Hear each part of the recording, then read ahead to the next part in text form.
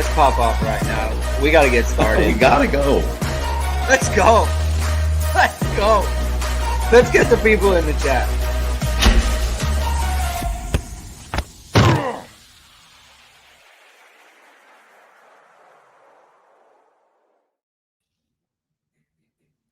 Hello, everyone, and welcome to Hit and Hustle from IRSportsDaily.com. I am your host, Greg Flamong, and with me, as always, is Jamie Uwiyama, Mr. Jamie University. It is Tuesday, October 24th, coming off of the bye week, and we've got a really fun show for you today. We're going to be talking about whether Notre Dame can take the next step and start dominating teams as a football team in the last 4 games of the season. I think the middle 4 games were just kind of like, hey, whatever kind of win will be fine. It doesn't have to look a certain kind of way. Anytime you can win the game, you go and do that. Notre Dame went 2-2 in the middle 4, and I think it's time for Notre Dame to kind of take the next step there and to peak as a football team, right? I think there's opportunity to do that, and I think the schedule sets up for that. So we're going to be talking about that. And we're going to be talking about some of the comments made by Marcus Freeman at the press conference yesterday. Interesting comments, especially about the offense and injuries as well. So we're going to get into that. Thank you, everyone, for tuning in. If this is your first time catching us, please hit the like button. Please subscribe to the show. Please hit the notification bell so you know that we're going live. Another reason why you want to hit the notification bell so you know we're going live or when we're posting anything is because Irish Sports Daily has a new podcast out. Called The Joy Slot, and it's featuring a show with Dimes with Darren Mabry, former Notre Dame basketball player. We recorded a show yesterday, and that is going to release later this week, talking about the AP Top 25. And it's going to be very exciting. I'm very excited about it. Dara is very excited about it. The coverage of Notre Dame women's basketball and basketball in general in Notre Dame is going to be ramping up at Irish Sports Daily on our YouTube channel, so you're going to want to check that out. And another thing you're going to want to check out, Jamie, is if you need to upgrade your fit, you need to upgrade your wardrobe, it's not where you want it to be, then you're going to want to go to ESQclothing.com, who has created the world's first bamboo dress shirt, crafted from high-quality bamboo fabric. It's the softest and most comfortable shirt you'll ever put on. It's not only more sustainable than cotton, it feels cooler, has stretch, is odor and wrinkle resistant, and it's even machine washable. You've seen ESQ's one-piece collar bamboo dress shirt, and it's the perfect shirt for today's business meeting or heading for a night out. Use ISD 15 and get 15% off all online items. That's ISD 15 for 15% off. Jamie, you had a rough night last night. It was a bit of a rough one. Listen, when the children, they don't want to sleep and they want to stay up and play for no reason at all. And the parents, you think, for me, it's always the worst when you think that, oh man, I'm going to get a good night's sleep tonight. And then they just, that's exactly what I was thinking. They just have other plans. I was worried about my guy. His son's playing with his phone. I texted him last night, like, hey man, what are we going to do for the show today? Didn't hear. I was about to send out the Mounties out in Toronto to go check on my guy. But he is here. The first question I have for you, Jamie, CFB Hertz, thank you for bringing this up. You should also use this time. So we were 5 minutes late. So this is what that's in reference to getting started on the show. You should also use this time to write your congressional representative regarding the egregious cheating going on in Michigan. They must be held to account. The news is coming out daily almost on this story, Jamie. Where do you – I obviously have a take. And anyone who's followed me on Twitter knows I have a take. Where do you stand on this? Big deal, not a big deal? Where do you come out on the Michigan scandal? I mean, I think it is a big deal. And not just because, everyone hates Michigan, right? Yeah. I think it is because there's I didn't read the article, but it's funny because I was like, well, this is a very good headline for this. It was Honor Amongst Thieves was the headline, and it was a story about how sign stealing happens in football. Just so you know, there's a reason why the NFL went to the headset thing, right? Where they, the little earpiece inside of the thing, right? And So it's a problem. I mean, obviously, people know about Spygate and all that kind of stuff Mm-hmm. too, right? But this was the same kind of thing where when you're actively sending people to tape the sidelines of these games, Yeah. who knows if they're like sending people out to like spy on practice. It's always funny because there's always anyone who's been to Notre Dame has seen um, how their practice you can't just walk by and look on practice, right? Like Yeah. it's blocked, right? It's blocked. Like, but you could, if you like were on the rooftop of this building, you could maybe see what's going on, whatever. So there's little things like that. Um, and it's just one of those things. It's just like when you go and you're buying, it's so hilarious. They bought tickets for both sides of Both Ohio sides of the field. State, Penn State. Like it's just ridiculous. Like, and the thing is, as Christian McCollum pointed out in our little group chat, they're dumb enough to get caught. So eh, that's why it is a big deal because when you make it this obvious, when you're going and actively doing that kind of thing, where you're like, you're spending thousands of dollars, maybe hundreds of thousands of dollars over the years, whatever, to do this to be able to seal signs to get an edge. I mean, that's enough to me. That like, it seems like they're going to have enough evidence for this to happen. Like, I don't really see how Jim Harbaugh doesn't get. There's no way he can just say like, oh, whatever. Like, this guy works for you. He works. Who was instructing him to do this? Like there is no way around it that they could say that someone else was instructing them outside of who actually works on the staff. Yeah. So or that Jim Harbaugh wasn't aware that they were stealing signs. Like, I mean, it's one of those things. It's funny because Michigan has the easiest schedule out of everyone, much talked about their super easy schedule, and they probably have their best team on paper Yeah. that they've had in like maybe 25 years. And so and it's wide open this year. They have a chance to win it. Mm-hmm. They're probably not going to be able to win it. They're probably not going to be able to make the playoff because of it. And it's just, it's hilarious. So I'm ready to skip the whole discourse of like, what did Harbaugh know? Like, we don't need to pretend Yeah, that everyone didn't know. he knows. We don't need to pretend that. Okay, so that's just first. Like, please don't gaslight me with that. Like, and I don't mean you, but just like that's what's coming, and I don't want to be gaslit about that. They obviously knew it was 3 years. Okay, that's the thing. The other part is like everyone wants to. Well, that's the rule only came in place in the '90s because of inequity in college football. Like teams can't don't have the budget and that sort of thing. But it's not really like a serious rule. Excuse me. A rule is a rule. You can't go to the opposing team and film their sidelines with your cameras and all that stuff. Like, there are so many ways for you to scout teams, analytics. You can pay tens of thousands of dollars for people to break down teams in their film and the way that they run plays and formations and all that. There's so much information.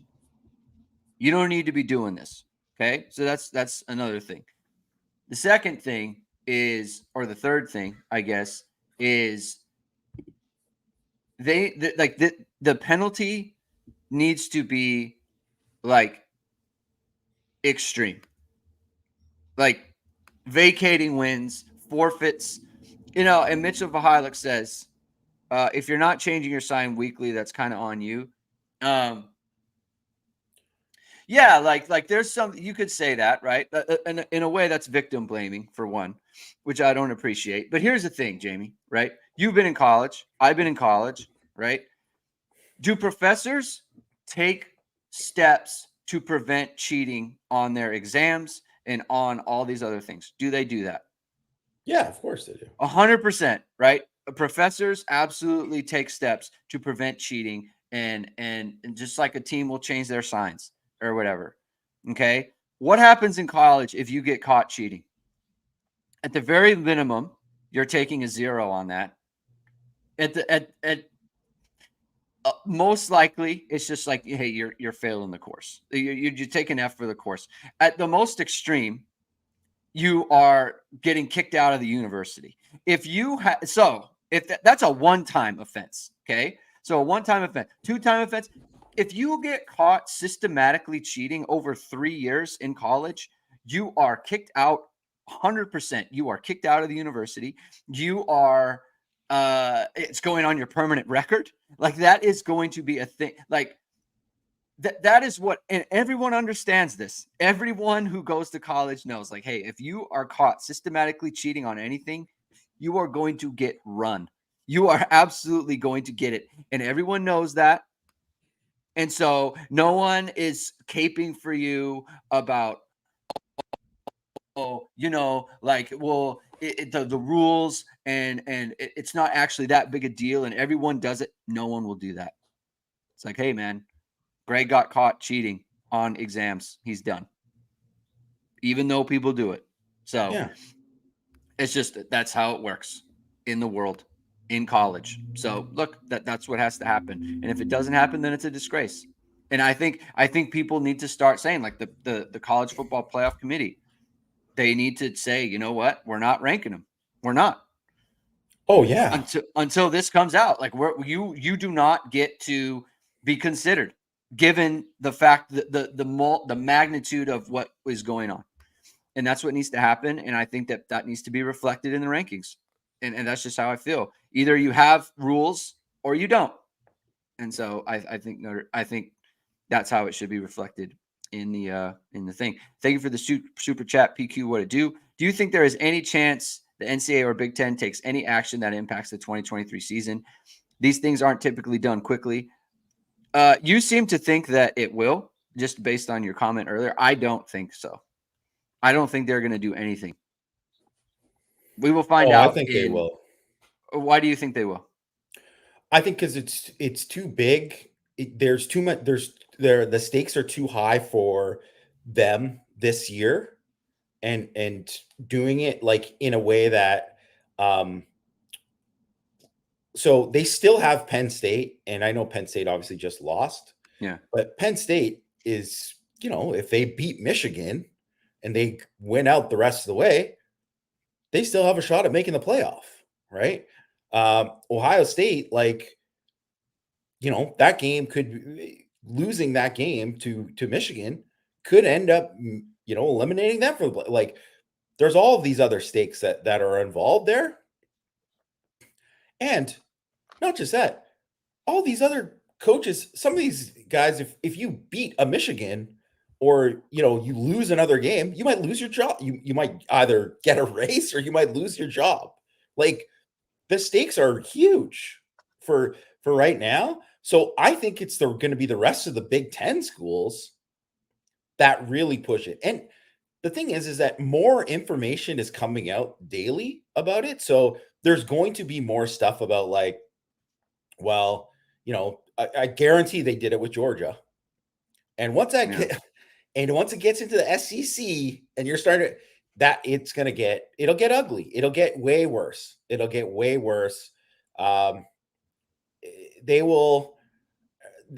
won't wait. They won't wait to do something. They'll be forced to. I just don't really see any way that they will. They'll have to do it. And if not the NCAA, then the Big Ten will have to. Yeah. It'll have to be. And then the other thing is, like you said, Greg, the committee is not affiliated with either of those things. They're a separate entity. So they can just decide to do that. And really, there will be, I mean, it's great from the perspective that it does add, as Mitchell pointed out, it adds like drama to what's going on right now. So it's like makes things more interesting and all that. But like, and I totally understand too why no one would have faith in the NCAA to get it right, because they get so much wrong. But the main thing is that there's just too many other teams involved. We're like literally everyone will be against Michigan in this, like everyone. So, and they won't let it happen, especially like there's no way that Ohio State and Penn State are going to be like, oh yeah, no, this is cool. Like it'll just never happen that way. And I just can't see them going through the season and not in it not being addressed. Because the other thing is usually this happens after. It's like, well, we Yeah. go back because so people brought up the Astros, right? Because the Astros obviously It already clearly happened. Yeah, it it had already already happened. happened, and they didn't take it. They didn't retroactively take it away. Kind of like the Reggie Bush that retroactively took away the Heisman, right? Yeah. It's like, you know what? Even if they retroactively took away the World Series from Houston, they would still say, "Well, we won it." Yeah. Just like Reggie Bush can always say, like, "I won it." Like, I won that Heisman. Yeah. I was the best player in college football that year. So that's different than this, where it would have to be like, we're not even going to give you a chance, to win it. And I don't really see any other way around it, right? Like, because it's come out during the year. If this came out last year, they could go ahead and just be like, they could take their, sweet time, taking as long as they want, but they don't have a choice. They don't have a choice. And this is frankly is way bigger than any other, like, these guys took these, they paid for a bunch of cheeseburgers for these kids, or Right. they did this or that or whatever, right? Like, this is like actual determining wins and losses Yeah. this year. So I just don't see how they'd be able to get away with it. And like, I mean, Greg, like, someone posted on ISD's board about this a couple weeks ago, or like maybe a week ago before this came out, and was A like, week before, hey, a week to the day that it yeah, broke. It yeah, was like, I have a friend who they paid to film the sidelines. That's yeah, it was like exactly what the allegation is. yeah, And everyone was like, ha ha ha. Like, it was just kind of like a joke. And then yeah, it just comes out and it's like, wow, yeah, the evidence also seems to be like not even plausible deniability. yeah, It's like, you definitely did this, so yeah. I don't know. It'll be And interesting to it's track. Go ahead. it's not it is you got to remember too, this isn't a court of law, so it doesn't have to be beyond a reasonable doubt, Right, right? like we don't need that. Like the public evidence is what it is. And the fact that they already suspended the guy, the way that Yeah. Harbaugh, like the statement that Harbaugh gave, Harbaugh, like it was, whoever the PR person who wrote that statement, yeah, like, like it yeah, was very clear, like, hey, this happened. We are trying to distance ourselves from this person. yeah, He's standing there. Like, there's video of him standing next to Jesse Minter and telling yeah, him something, and then Minter makes the call. Like, it's just, oh, but uh, who knew, right? Like, it's just unbelievable. yeah. It's And it also too, like, I just love because of his whole LinkedIn, where he like basically is just like explaining that he's yeah. like, I am going to do spy things for your yes. program. Please hire me. And like, Nina posted I think you should leave he admitted or whatever thing, like, He oh admitted. He yeah. admitted. Like, yeah, it's Oh so bad. gosh, yeah, So it's perfect, it's just perfect, yeah, yeah, so that'll be interesting to track going as the season goes forward. But getting back to Notre Dame football, Jamie, I want to get into some of the things that Marcus Freeman said yesterday at the press conference. Talking about, so I'm going to play some audio here, talking about kind of getting back to the basics and not wanting to trick the opponent and basically out execute the opponent, and doesn't want to trick the opponent. And to give credit to, I do want to do that. I believe Tyler Horka from On3 and BGI asked the question that elicited this response from Marcus Freeman. So let's listen to that. On offense, know every defensive look they can see so they know how to block it, or obviously they can convert the routes or make the right decision in the pass game. But that's always the challenge, right? Is that how do we continue to become more clear? more clear. And that takes time for our coaches and our players. Like, you got to spend time with them and see. Don't tell them what happened, but figure out why it happened. You know, coaches can get really good at asking questions that they just know the answer. They want to hear a certain answer, right? And your kids can get really good at giving you an answer you want to hear, but that doesn't show if they know what they're talking about. And so we have to be able to have those conversations with our players in our rooms to continually understand, like, what exactly are they thinking and why are they thinking it. Same thing, right? It's like, what? So, what do you take from that, Jamie? I take it like, obviously Notre Dame was playing a lot of guys who are young and inexperienced or inexperienced, right? So on offense, right? So that's definitely obviously everybody knows what the freshman receivers, Tobias Merriweather before this year had not played a lot of ball, right? He had not played a lot of ball for Notre Dame. And obviously it took him last year. One of the reasons why he didn't have a bigger role is because he needed to grasp more of the offense. You have guys like Holden Stays, who still is relatively young, right? Like he's played a lot, but he still hasn't done that. You have new guys, you have a new quarterback who's new to the offense. You have Chris Tyree, who's new to the receiver position, who they probably only thought that he was going to be a package guy, and he's had to become more than that, right? So there's obviously stuff that they want to do that they're unable to do because of that. And they're or they've called things and it hasn't worked because the execution isn't at the level that they want it to be. And part of that too is like, that's like, I mean, there's a big argument right now to say that Jaden Thomas is probably one of it's got to be in the top 3 most valuable players on offense. Yes. Because they have missed him greatly in not just in the passing game, but just all of the things that he could do in the running game, and just him understanding and knowing all of the things that they want to do and executing it at a high level. And they just have missed that greatly. And so there's like I bet it sounds to me like there's a disconnect between like, man, we got to do more to make it harder for these teams to like not load up the box against us, to not do these things against us, but they're having troubles combating it because they don't feel comfortable enough with the personnel to get them to do exactly or execute exactly what they want to do with it. That's what it sounds like to me.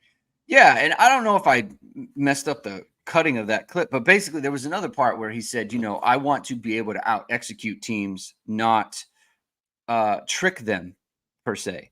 And it's like, that's not really what, like, I don't think, I mean, every play is deception, right? Like, you're always trying to deceive them in some kind of way, but I try to like get to like what he's getting at, right? And like you said about Jaden Thomas, like he is so key for them in terms of like the running game, but I think that he allows them to do things that maybe the other guys aren't ready to do. And that is where it's like, it's not so much that it's not so much the physical talent that he has, but also the talent for him to allow the offense to call a certain set of plays and a certain formation that it hides the scheme, right? You can come out with him on the boundary. You can also bring him in tight, and then he's like a really good puller, and he's leading up into the hole, right? Like, and you can play heavy like that with him in a way that you can't really do with Rico Flores or Tobias Merriweather, right? Yeah. But I do get a little bit concerned when Marcus Freeman talks about offense that way, where it's like, I don't want to trick people.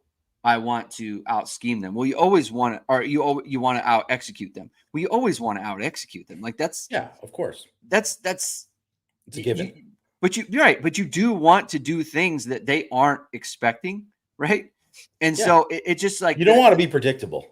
Right. And he talks about predictability in a way that is like he doesn't accept the premise almost. And that concerns me a little bit. What did you want to say to that? I think I agree with you there. To me though, it's almost like he's saying that, and it's kind of like whatever. I mean, we're obviously just interpreting here, Yeah. and like not exactly, you know, we can't get exactly what he means from it, because he's not going to say exactly what he means from it. But I also kind of think that there's this idea that they can't even get the fundamental stuff. Yeah. And without that, they're not like, you can't do anything is what, and that's kind of like where they're at with some of the stuff, and just the kind of the simple execution stuff. So I think that's kind of the way that he was kind of pointing it in that direction in terms of what they were doing. But I don't know. I'm working on this piece right now. It's talking about how, like, I mean, obviously Notre Dame needs play action is a problem. It's a problem for Notre Dame. Like, they don't run play action enough.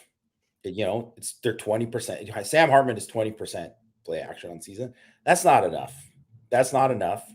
But part of the reason that they probably do it that way is because he's under 50% completions on play action, which is he's 46.3%.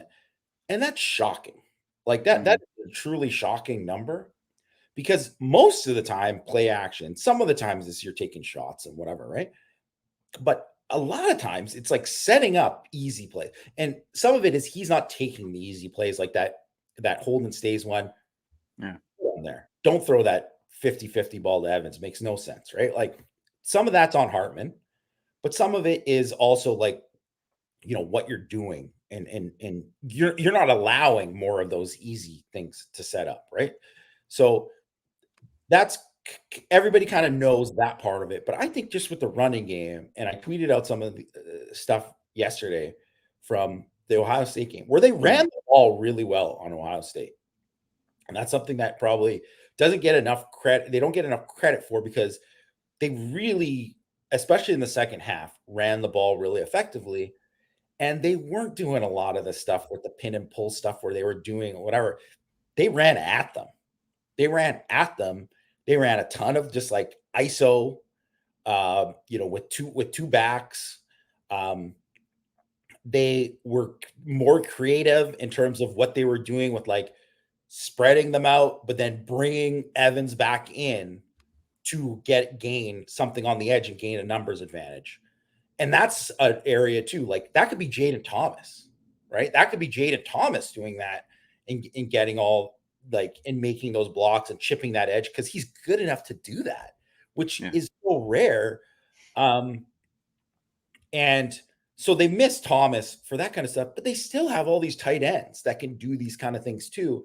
So some of it, I think, is like they're doing it. Jared Parker and the offense in general, they do a poor job formation wise. You know, when you're so congested, and I have no problems with being like congested in terms of, but if you're not doing anything around it and you're just kind of like being static with it, you're not helping anything, right? Right. You know, if you're not doing enough pre-snap to do it, or if you're just doing that and then you're just straight bullying them and running at them and saying, hey, we're running it here, stop us, and they can't stop you, fine. They kind of did that to Ohio State. Yeah. But if you're trying to get cute with it, then why are you playing heavy? Why are you playing heavy? Why do you have three pullers here?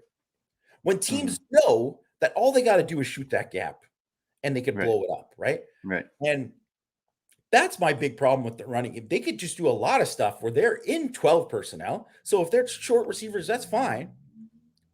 Line those guys up wide, motion a guy back in, do these kind of things to change the look. Throw it out on the perimeter. RPOs. Why do they not do, where did they go? Where did they go? Why aren't they doing that to take advantage of it? And this is at 2017. They don't have a problem with the quarterback not being able to make just a simple, hit a bubble screen. They don't have that problem. So why aren't they doing it? And even if you're only getting like 4 yards out of it, you're keeping a defense honest by doing it. And if they don't play it, and if they don't, then 4 can turn into 14 or whatever, right? And that's the whole point of it. And if they are going to play it, then you have more numbers inside. That's the game, right? That's how football is supposed to work with a lot of this stuff. And they don't do that. And they did, but the thing is, they did it early in the year. So they really don't even have to evolve that much in terms of what they did. They can just go back, or what they're doing. They can just go back to some of the stuff that they were doing earlier and find a lot of success running the ball, because they have 42 carries of 10 yards or more this season. 32 came in the first 5 games. So they have 10 in the last 3. And people saw USC's defense. They suck. Notre Dame didn't run the ball well on them. Yeah. Not as well as they should have, not even close, right? There's, and you can't blame that on, God, Jane Thomas wasn't healthy.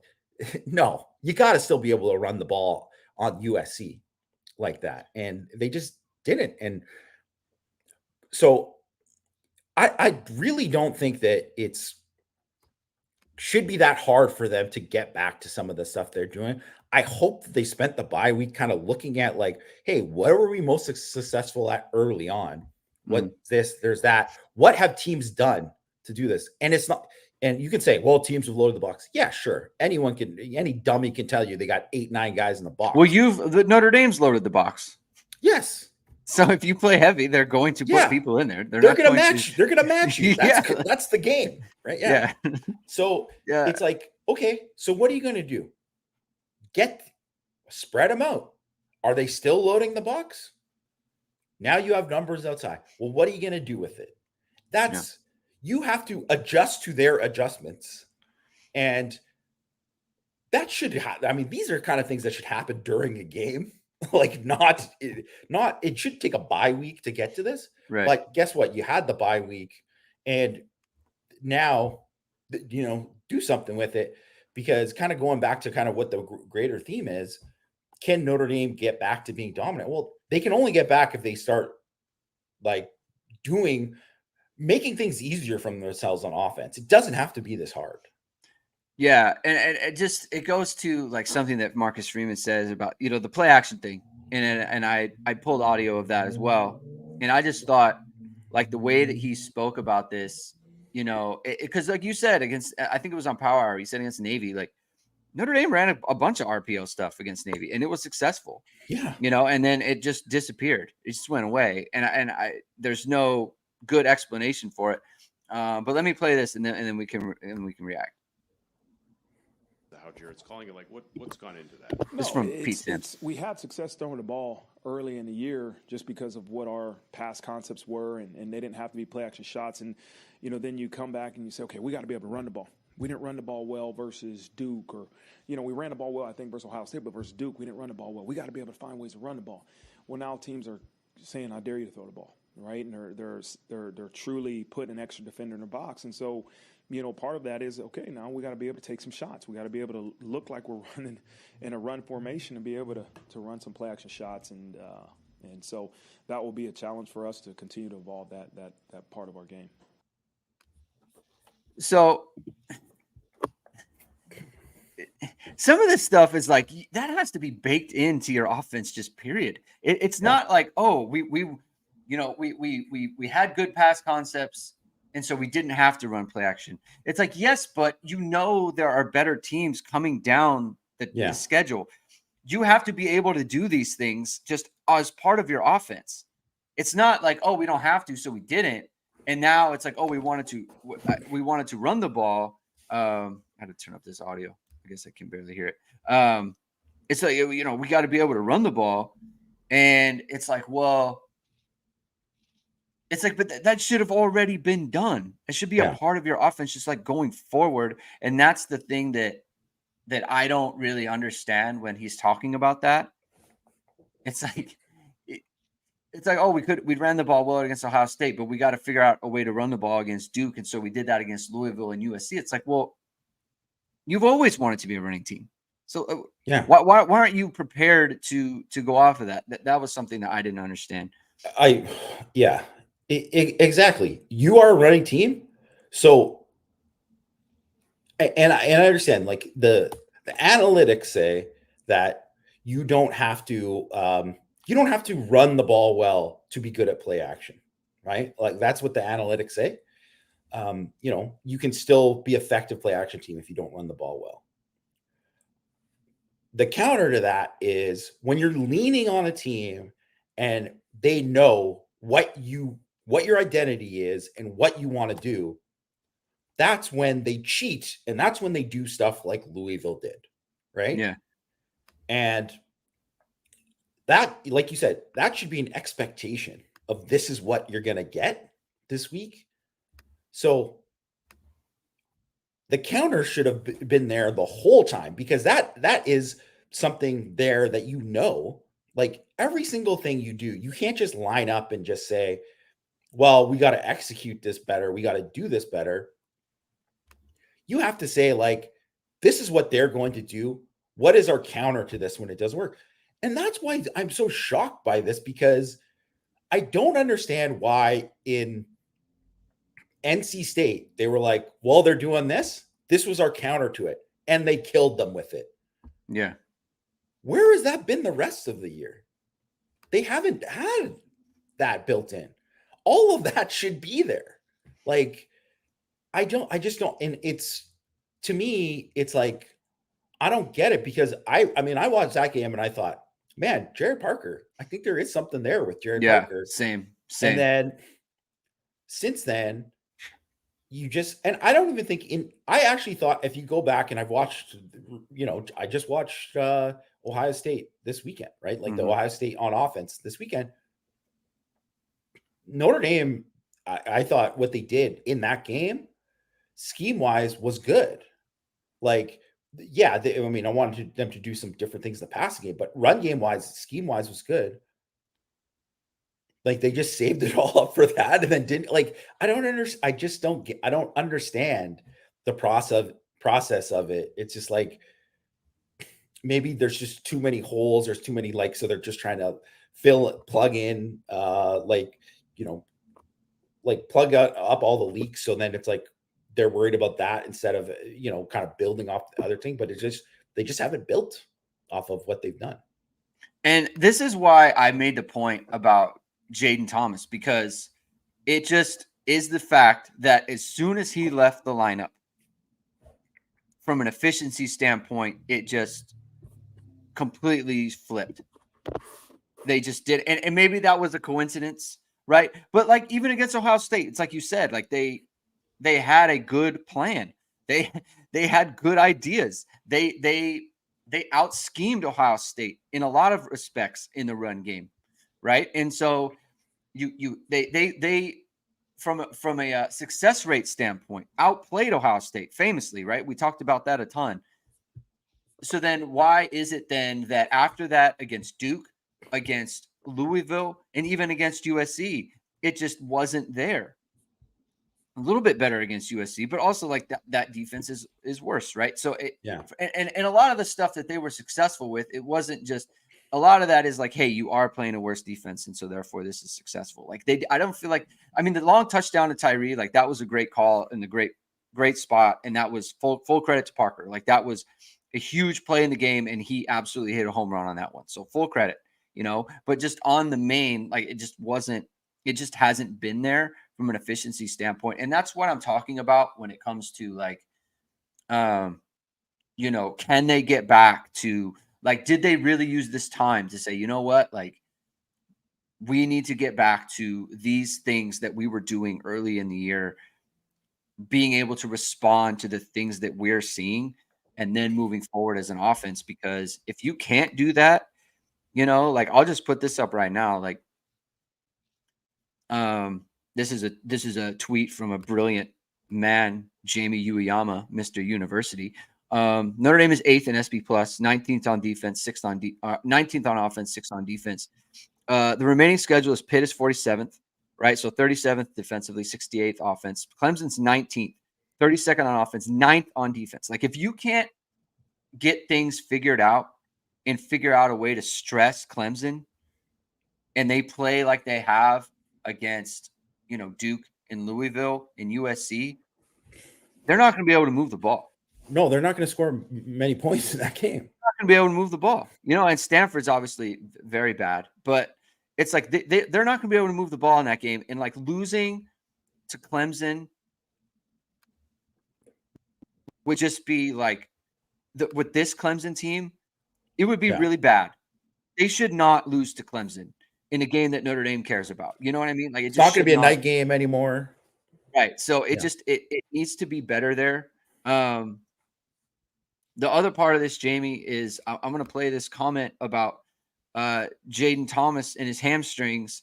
And it's just like, we talked about this and it drives me insane. I think now. They're going to be as close to 100% this week than they've been all year. And, you know, JT was probably a step below where he was 2 weeks ago. So Louisville, he was probably at a higher level in terms of how we felt than he was versus USC, which dictated a little bit of what we did with him.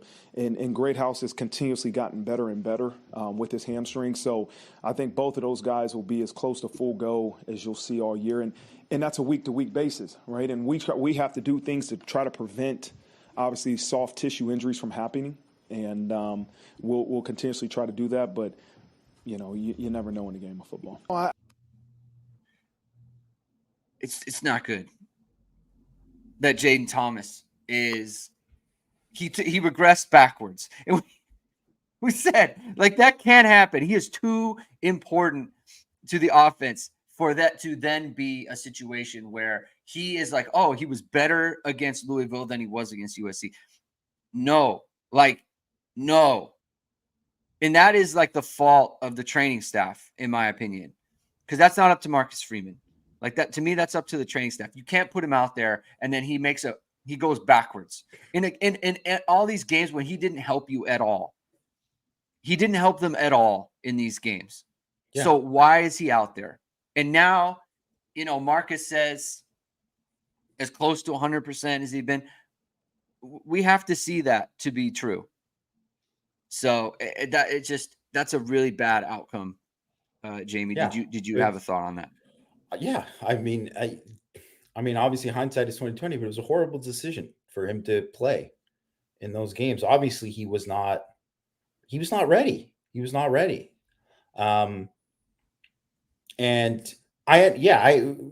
just talked about how valuable he is to the offense, but it's just like he's not valuable if he can't play. Like he's just, or if he can't be the guy that you want him to be, right? Like.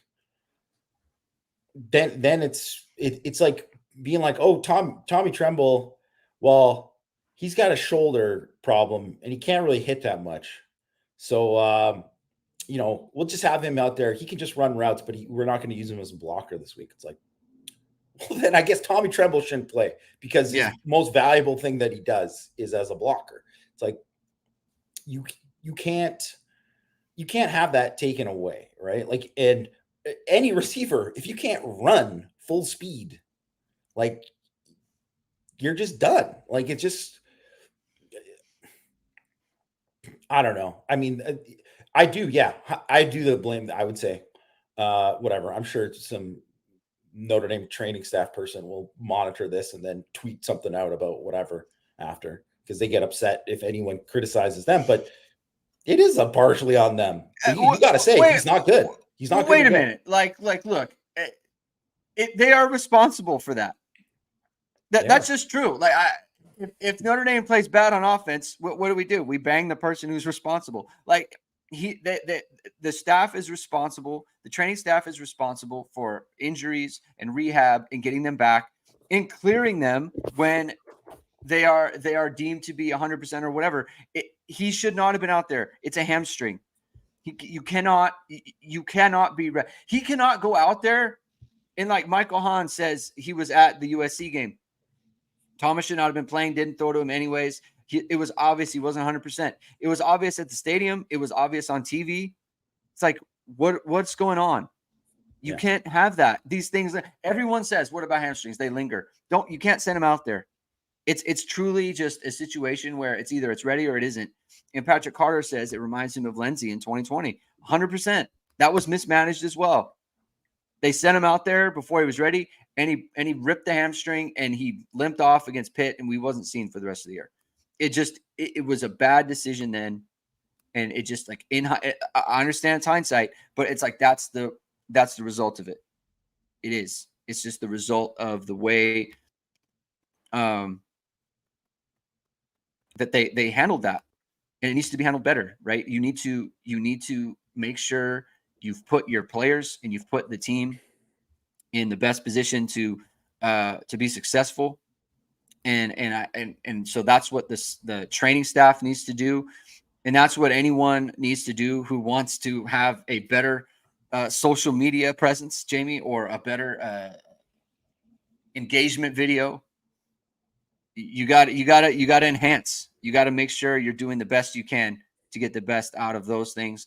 And one thing you can do is you can hit up vsrmediacompany.com, which is founded by Notre Dame football pregame host and Emmy award-winning anchor Vahid Sadrazadeh. VSR Media provides professional and cinematic video and photo. Whether you're looking for a collegiate or pro-level highlight reel, have a personal story to tell, or are aiming to diversify and grow your business, VSR Media specializes in short and long-form video storytelling, social media management, and website design. VSR Media also captures professional headshots, senior and sports photos. Contact them at vsrmediacompany.com. Mention Irish Sports Daily to receive 20% off your first project. Visit them online or give them a call at 574-800-9106. We did have a comment earlier in the chat. Let me find it. It was about Tobias Miller. Here we go. Corey Flynn said, nice to hear some specifics from Freeman Presser. They want to improve on play action, Tobias, Merriweather, and deep shots. What did you make of that, Jamie? The talk of Tobias Merriweather taking deep shots, not just throwing it to him when he's open, and trying to sending him more 50-50 balls. I don't think it's a bad thing if they do that, because I think they do. Sometimes you got to take those shots, right? I do think that's part of it. I just wouldn't say that he hasn't shown, at least so far, that he can win those. Like he hasn't shown that he can win those. Really, they haven't had anyone who's really shown that they can win those. Really, like actually, probably the guy who was best at it was Deion Colsey. Before he got hurt, and obviously he's not really. I mean, he's out. So, but I mean, I guess, and then that's another thing. Thomas, I mean, he had an incredible catch last year against BYU, I believe, on a 50-50 ball.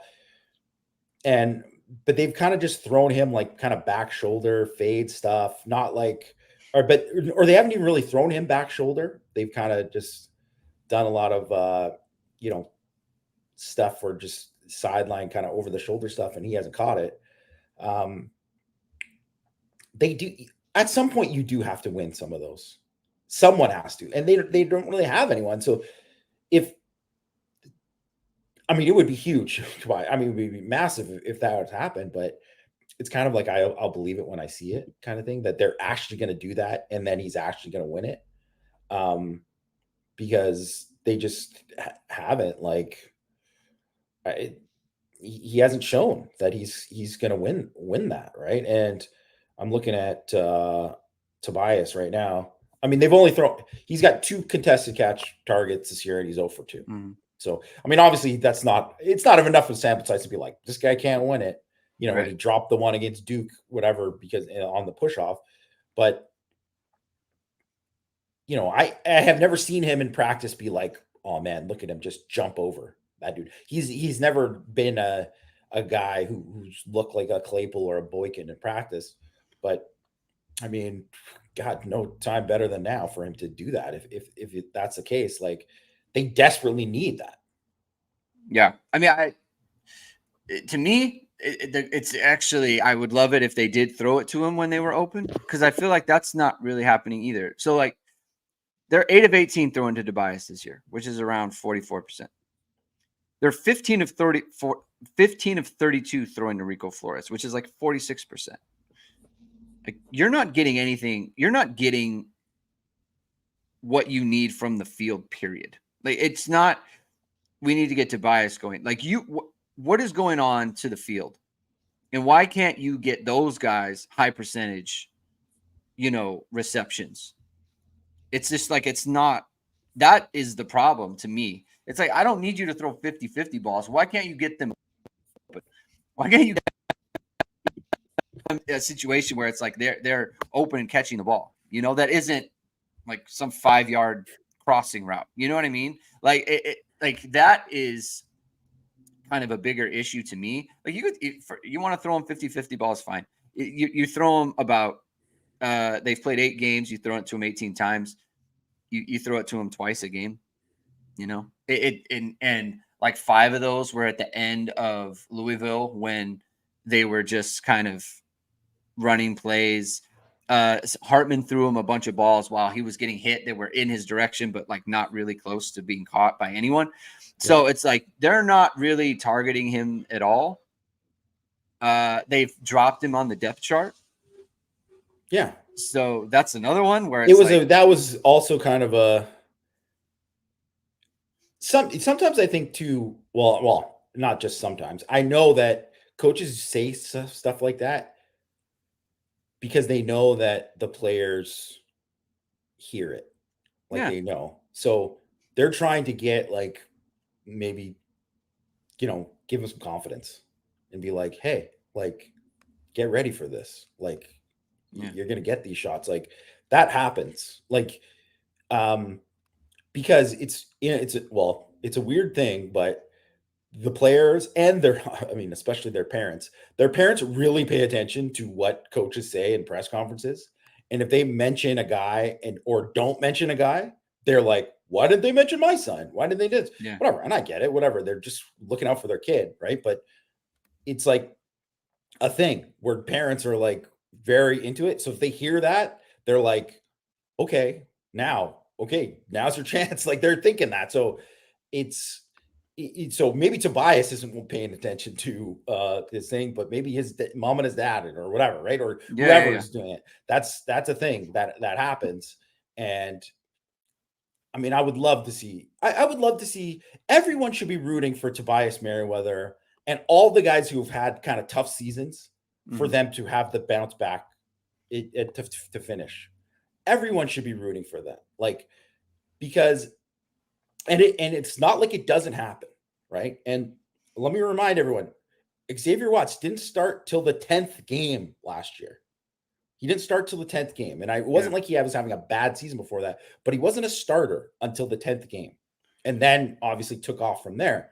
So if you're like, man, this is what the team is. No, things change. Things can change quickly, right? And so it's plenty of opportunities left. And would love to see Tobias Merriweather have like an impact to close out the year. On the parent piece, if it was my son, because here's the thing, when you grow up, and I know this now with my daughter, because I go to all of her practices. I mean, someone has to take her, right? So I go to every practice and I go to every game, and it's like I always know what's going on, always. And for me, it would be such a shock to like then not be able to know I can't watch practice, right? I can't really talk to my kid. You can talk to your kid about it, but like without having seen it, right? Because sometimes the player doesn't really want to get into it either because it's kind of hard to explain. So like I would hang on every word.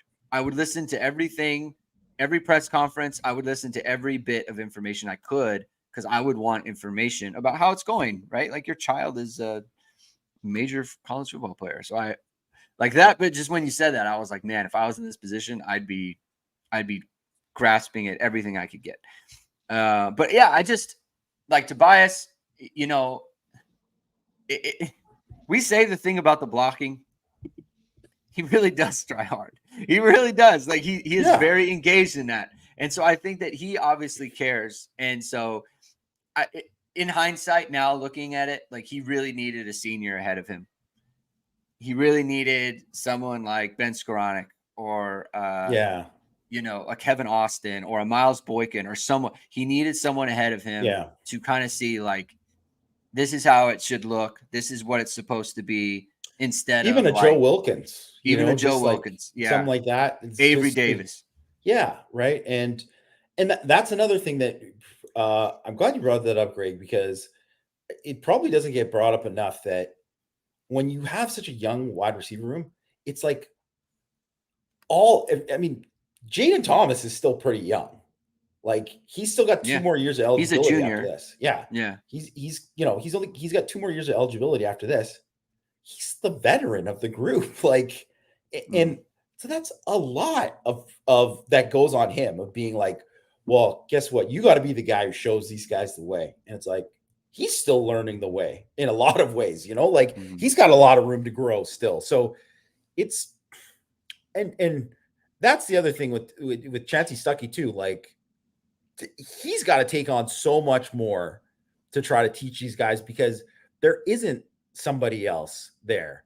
And also too, why they needed somebody in the room, and also why like the Caleb Smith thing just going like it did just was so bad, right? Like just because he should have been not just the guy who stepped up and like, well, he's the boundary receiver to kind of show, Tobias the way. I mean, he should have been all of these things. But even like, so Lamerick mentions Matt Salerno, and yeah, for sure, Matt Salerno. But there's a difference between a Matt Salerno guy and a guy who's like, this is a guy who's like a starter, who's like done all this stuff on the field and earned stuff. So Salerno, obviously, just a total great teammate, effort blocker guy, all that kind of stuff. He can show that, but he's not a guy who's done enough on the field to kind of just gain that automatic respect just of like anything he says, people are going to kind of listen to him. I mean, that's a lot of that is just kind of earned over time, right? And from being in that room or whatever, and just having an impact on the field, and they just don't have enough of those guys. And I don't know. I mean, I guess it's not dissimilar to many rooms because they're just bringing in transfers left and right to do it. But a lot of those times those guys come in and they had somebody who looked out for them to show them the way. And they just haven't had that, unfortunately, because obviously Del Alexander didn't go good for him. Like Xavier Watts would have been that guy if he didn't move. He'd be the guy, the old vet in the room, but that's obviously not the case.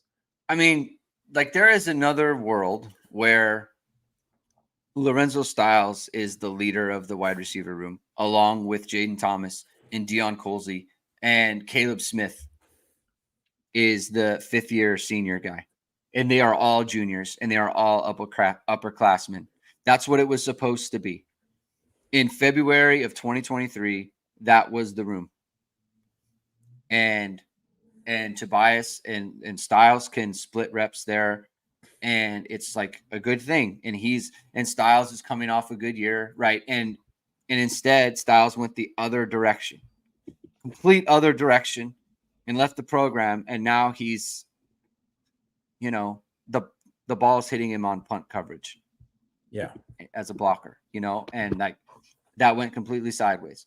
Deion Colsey went sideways. Jaden Thomas got hurt. And now it's like, instead of being a piece of a really solid room, it's like, why aren't you like 5 steps ahead of where we need you to be, rather than where he's ready to be? And that's unfortunate for him, right? And that's unfortunate for like even Rico Flores, right? Like, we look at Rico Flores, like 15 to 32, like those aren't good numbers, but you know what? He wasn't meant to be targeted 32 times through the first 8 games like that. He was meant to help, but not to be like, okay, you're the starting field guy. It's unfortunate, right? But hopefully, there's time for them. Hopefully they've used the bye, right? And you can use this game as the springboard into Clemson and then on to the rest of the year. And hopefully it grows from here. And we see some real growth from not just Tobias, but the entire offense, right? Because there's a lot of young guys on offense, and there's a lot to look forward to there. I think that we can call it there, Jamie. I think it was a good show. I think it was a good conversation back from the bye. We'll be back. Jamie, we got to talk about the schedule, by the way. It's got to be either tomorrow or Friday. So whatever works for you, because Thursday it doesn't look like it's going to be good for me as a normal time. So we'll talk about that. And so stay tuned for that, everybody, when we'll be back. Thursday, I don't know about a mailbag. So we did a mailbag. We could do pit preview, right? So it'll definitely be a pit preview. We could do a little bit of mailbag, I guess, but it doesn't need to be super long. But we need to decide what day. So stay tuned for that. We'll let you know what day we're going to be back. Well, we'll definitely be back this week. There's a show, Dimes with Dara on the women's basketball team. That's going to be dropping tomorrow or Thursday. That's going to drop depending on when we record. So that's going to be coming out. You're going to want to pay attention to that. So it's no better time to like the show, subscribe to the channel, and hit the notification bell so you know something is posting. Have a good rest of the day, everyone. We'll be back next week, and keep hitting and hustling.